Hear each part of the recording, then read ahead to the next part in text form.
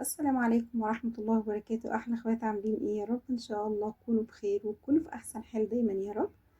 خلاص بقى الصيف دخل. في مرات كتير بنجيب اللبن ونيجي نغليه بيفصل مننا. طبعا عشان تتأكدي، يعني عشان تاخدي بالك بس ان اللبن ما يفصلش معاكي، انتي جربي الاول تحطي معلقة كده فيها شوية لبن وحطيها على البوتاجاز.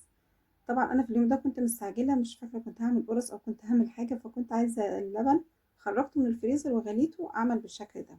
فصل معايا، زودت له معلقة خل علشان يزود نسبة المواد الصلبة معايا تبقى كتيرة شوية. فحطيت لها معلقة خل، ممكن تعصري عليها عصرة ليمونة. تقريبا ده كان كيلو او كيلو الا ربع، مش كتير يعني. انا دلوقتي خدته، احنا مش هنرمي حاجة فيه، الشرش ده هنستخدمه وال... واللبن اللي هو الجمد ده هنستخدمه. الشرش هقول لكم تستخدموه فيه، بس انا ما صرفتش معاكم فهقول لكم هتستخدموه في ايه. ليه كذا حاجة يعني. هنا بصفيه بالمصفى، بخرج بس اللي هي الجبنة بتاعته.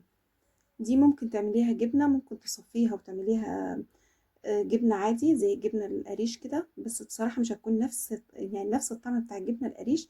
هتكون فيها مطة كده شوية. وممكن تعمليها جبنة موتزاريلا، أول ما تحسي إن هو بيفصل معاكي افضلي قلبي بسرعة بسرعة بسرعة كده. هتطلع معاكي جبنة موتزاريلا، وبعد كده تعصريها بقى، تصفيها جامد من المية اللي فيها وحطيها عندك في كيسة تستخدميها في أي وقت. فكده كده كده يعني هتنفع معانا في كل الأحوال يعني إن شاء الله. هنا صفيتها وكان معايا الكبة بقى كده، بحط فيها الجبنة بتاعتي. بحاول كل الجبنة بتاعتي كده اصفيها بنفس الشكل زي ما انتم شايفين كده.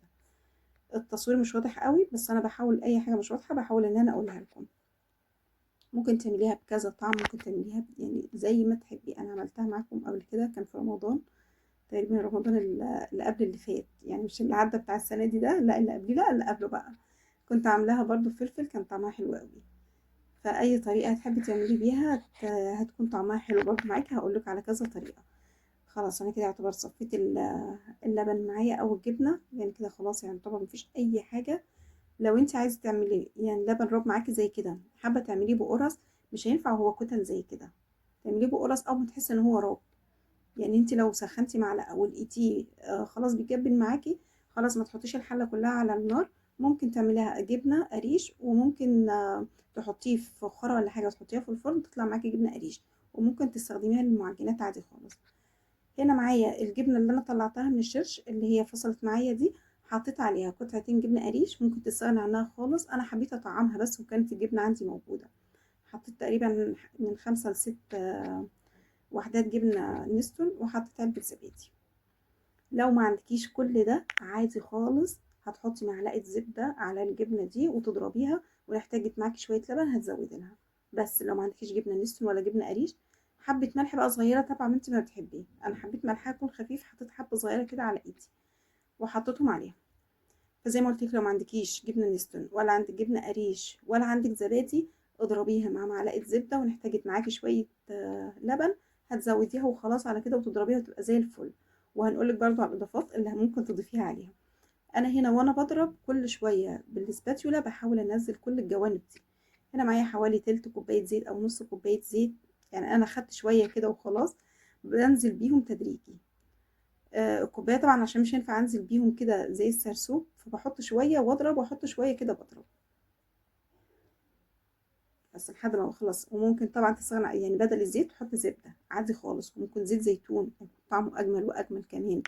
في الوقت ده وانا بضرب ممكن تحطي فلفل عندك عادي، فلفل تقطعيه كده، وممكن فلفل تكوني شوياه، ممكن تحطي توم تكوني شوياه. اي حاجه انت بتحبي طعمها حطيها. ممكن تجيبي زيتون مخلي كده وتحطيه برضو تضربيه معاها. كل ده هتديكي يعني كل ده اطعم مختلفه زي ما بتحبي. ممكن تجي لو عندك شطه، هتحطي شطه حراقه براحتك لو انت بتحبيها حراقه. انا بصراحه بحبها حراقه، بتكون جميله جدا. بس في المره دي انا كنت بعملها كنت في الصيام. فكنت يعني كنا هنسحر بها، فما حبيتش اعمل حاجه فيها شطه للسحور. زي ما انتم شايفين كده بحاول اسلكها كده بالاسباتولا. حسيت ان القوام تقيل معايا في الوقت ده، ما كانش عندي لبن. خدت شويه من الشرش اللي كانوا موجودين عندي، اللي هو نزلوا معايا دول. خدت شويه كده حوالي مغرفه صغيره كده حطيتها. الشرش ده بقى علشان بس الفيديو ما يخلص من غير ما اقول لكم الشرش هتعمل بيه ايه. كده خلاص، كده القوام بتاعي يعتبر كويس خالص. الاضافات بقى براحتك خالص، ضيفي الاضافات اللي انت عايزاها. القوام هيكون خفيف معاكم دلوقتي، بس لما احطه في التلاجة بيتقل جدا ويكون تقيل وحلو جدا. قوام كريمي ما شاء الله، جميل جدا. الشرش بقى اللي خرج معايا ممكن تعمليه بمعجنات عادي خالص، بتكون طعمها حلو جدا. بدل ما تعجنيها بميه هتعجنيها عادي بالشرش ده. انت طبعا المعجنات لو عجنتيها بالشرش ده حطي في الاخر معلقتين كده سمنه بلدي، هتخلي يعني كانك عجناها بسمنه ولبن. يعني اعمليها عادي بزيت عادي قرص عاديه خالص وبالشرش ده، وحطي في الاخر كده معلقتين سمنه بلدي او 3 معالق عادي لو زودتي. لو نص كيلو حطي معلقتين، لو نص كيلو بس دقيق حطي معلقتين بس سمنه بلدي. هتخلي الطعم بصراحه بتاع القرص هيكون حاجه تانية خالص، هيكون جميل جدا.